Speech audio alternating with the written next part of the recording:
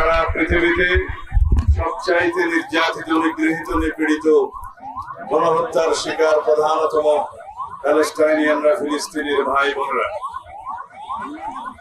প্রথম বিশ্বযুদ্ধ এবং দ্বিতীয় বিশ্বযুদ্ধ পরবর্তী ইঙ্গো মার্কিন ষড়যন্ত্রের মাধ্যমে ফিলিস্তিন রাষ্ট্রের মধ্যে আশ্রিত এই ইসরায়েলিরা, তারা আজকে যারা মূল অধিবাসী ফিলিস্তিনিদেরকে উচ্ছেদ করে আপন দেশে তাদেরকে পরবাসী বানাচ্ছে, অথচ সারা বিশ্বের মুসলিম বিশ্ব, সারা বিশ্বের পরাশক্তি তারা আজকে নির্বিকার এই গণহত্যার বিরুদ্ধে। তারা সোচ্চার নয়, এমনকি প্রত্যক্ষ এবং পরোক্ষভাবে এই গণহত্যার মদত যোগাচ্ছে ইঙ্গো মার্কিন বাহিনী। আমরা তার তীব্র নিন্দা এবং ক্ষোভ জানাই এবং সারা পৃথিবীতে মুসলিম বিশ্বের যারা মোড়ল তাদের প্রতি আহ্বান জানাই, আপনারা সারা পৃথিবীতে নির্যাতিত মুসলিমদের পক্ষে আপনাদের কণ্ঠ উচ্চকিত করবেন। আপনারা ব্যবস্থা নেবেন যাতে বিভিন্ন রকমের ষড়যন্ত্রের ফলে বিশ্বের পরাশক্তিরা যে ইসরায়েলের পক্ষে ভূমিকা রাখছে সেটা বন্ধ হয়। তাদেরকে অস্ত্র সরবরাহ যারা করছে তাদেরকে আপনারা বাধ্য করুন ইসরায়েলিদের হাতে যেন মারণাস্ত্র তুলে না দেয়। বিশ্বের সবচেয়ে নির্যাতিত এই এলাকায় যাতে আর কোনো গণহত্যা না হয়। আমরা অবিলম্বে ফিলিস্তিনে, গাজায়, রাফায় গণহত্যা বন্ধ চাই। সারা পৃথিবীর মানুষ জেগে উঠেছে। গতকালকে সারা পৃথিবীতে মানুষ প্রতিবাদ জানিয়েছে। নো ওয়ার নো স্কুল নামে যে প্রোগ্রাম করেছে সারা পৃথিবীতে, বাংলাদেশেও সেটা পালিত হয়েছে। আমরা সবাই অংশগ্রহণ করেছি। আজকে বাংলাদেশের ছাত্র সমাজের সবচাইতে প্রগতিশীল এবং ঐতিহ্যবাহী ছাত্র সংগঠন বাংলাদেশ জাতীয়তাবাদী ছাত্র দল কর্তৃক সারা দেশের শিক্ষা প্রতিষ্ঠানে যে প্রতিবাদ কর্মসূচি ইসরায়েলি গণহত্যার বিরুদ্ধে, বর্বর আগ্রাসনের বিরুদ্ধে আহ্বান করা হয়েছে, তার সফলতা কামনা করি এবং যারা অংশগ্রহণ করেছেন তাদেরকে ধন্যবাদ এবং কৃতজ্ঞতা জানাই। আপনারা জানেন বাংলাদেশের বিগত ফ্যাসিবাদী সরকার আওয়ামী লীগ পরোক্ষভাবে ইসরায়েলকে স্বীকৃতি দিয়েছিল। কিভাবে? তারা বাংলাদেশের পাসপোর্টে ইসরায়েল ব্যতীত সকল রাষ্ট্রে গমনের যে নির্দেশনা ছিল সেখান থেকে ইসরায়েল শব্দটি রিমুভ করে দিয়েছিল, প্রত্যাহার করে নিয়েছিলেন।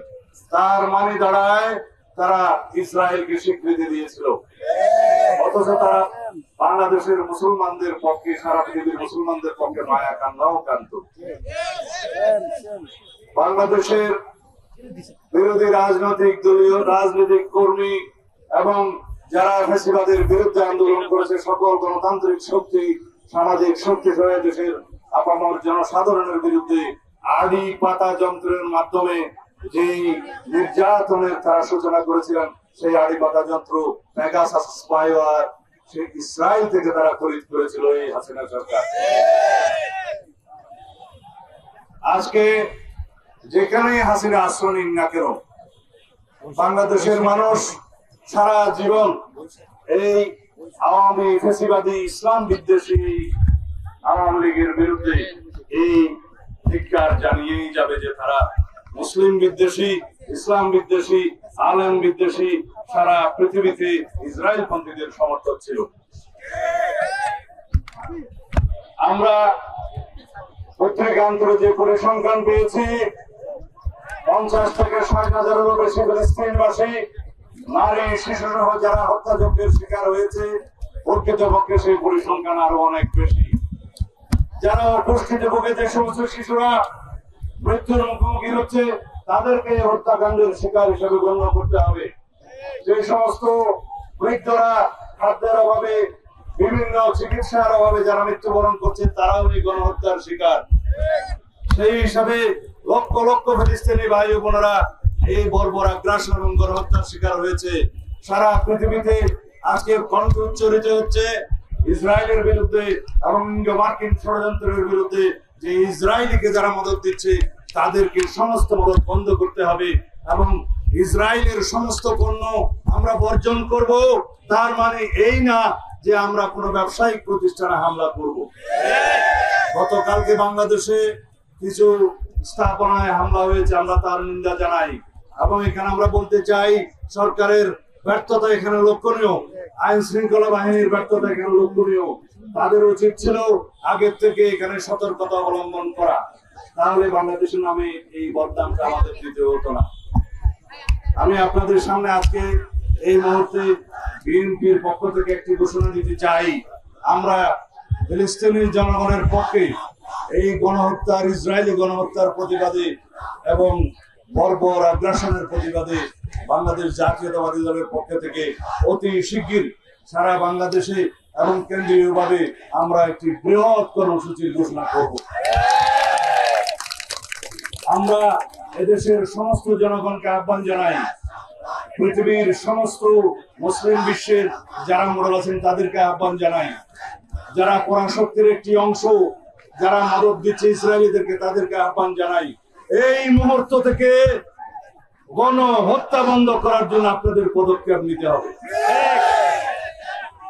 জাতিসংঘের ভূমিকা প্রশ্নবিদ্ধ, কিন্তু ইসরায়েলিরা কখনো জাতিসংঘের কোন রেজলিউশনের প্রতি সম্মান দেখায়নি।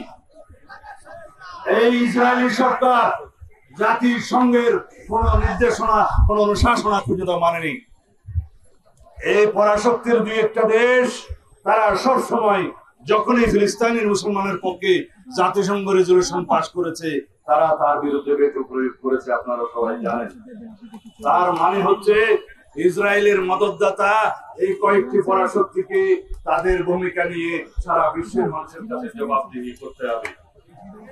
যতদিন পর্যন্ত ফিলিস্তিন মুক্ত না হবে, যতদিন পর্যন্ত ফিলিস্তিনি গণহত্যা বন্ধ না হবে, যতদিন পর্যন্ত ইসরায়েলি বর্বর আগ্রাসন বন্ধ না হবে, ততদিন পর্যন্ত আমরা অবিরত বাংলাদেশ এবং সারা পৃথিবীর মানুষকে আহ্বান জানাবো, আমরা আমাদের প্রতিবাদ এবং নিন্দা আমাদের জানাতে পারতেই হবে।